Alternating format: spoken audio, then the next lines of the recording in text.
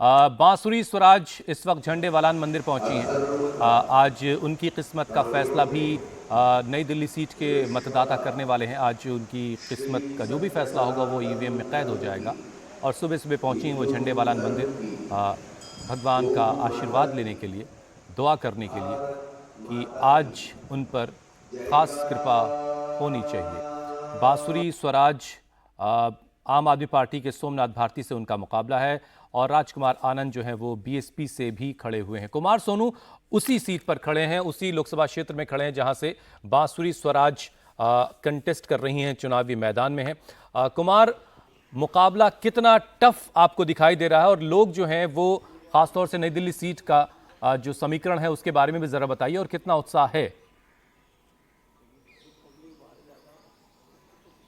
देखिए, नई दिल्ली लोकसभा सीट जो है पिछले 2 बार से लगातार बीजेपी के खाते में रही है और इस बार जो है यहां से बांसुरी स्वराज जो कि पूर्व केंद्रीय मंत्री, दिवंगत पूर्व केंद्रीय मंत्री सुषमा स्वराज की बेटी हैं, बीजेपी ने उन पर जो है अपना चुनावी दाव खेला है। और मैं आपको बताऊं कि इससे पहले जो है मीनाक्षी लेखी यहां से लोकसभा सांसद थी और केंद्र में राज्य मंत्री भी थी। तो अगर नई दिल्ली की बात करें तो यहां पर जो मैक्सिमम वोटर है वो या तो वो सरकारी नौकरी वाला है या फिर जो है निचला तबका है, कुछ मिडिल क्लास भी हैं। लेकिन बांसुरी स्वराज का जो है अच्छा खासा प्रचार रहा, अच्छा खासा उन्होंने जो है घर घर जाकर उन्होंने बातचीत की, लोगों से जो है बातचीत की, लोगों ने उन्हें सुना भी।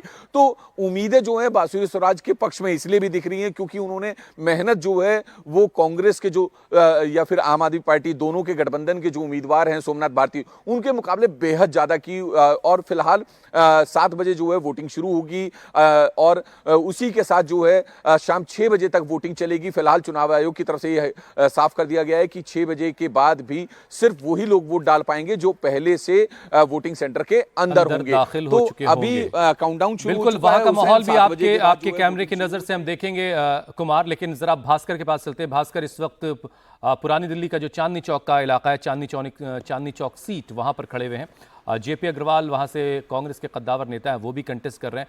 भास्कर, ये बताइए कि जो गठबंधन हुआ है दिल्ली के अंदर आम आदमी पार्टी और कांग्रेस का, और जो कुछ अभी पिछले वक्त में हुआ, केजरीवाल जेल के अंदर गए फिर बाहर आए, फिर स्वाति मालीवाल का ये पूरा मामला, ये सारी चीजें कितना फायदा पहुंचा रही हैं, कितना नुकसान कर रही हैं?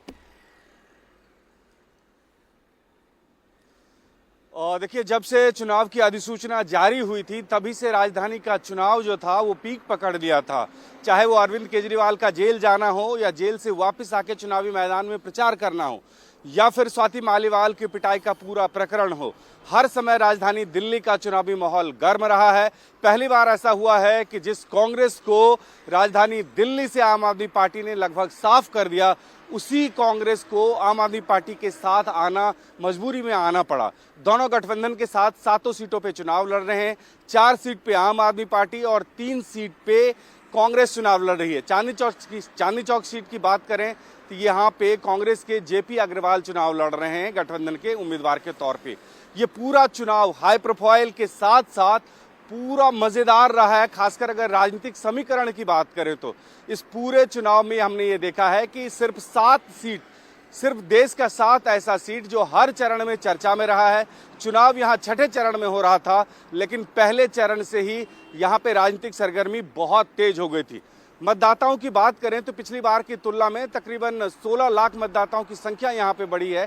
8.7% मतदाता की संख्या बढ़ी है और उस हिसाब से जो पोलिंग बूथ है उसकी संख्या भी इस बार बहुत ज़्यादा, यानी 2600 से ज़्यादा यहाँ पे पोलिंग बूथ बनाए गए हैं और एक बूथ पे अमूमन 1100-1200 मतदाता मतदान। भास्कर, आपके पास हम दोबारा लौटेंगे और वहां की पोलिंग बूथ पर किस तरह का नजारा है वो भी हम देखेंगे आपके कैमरे से। लेकिन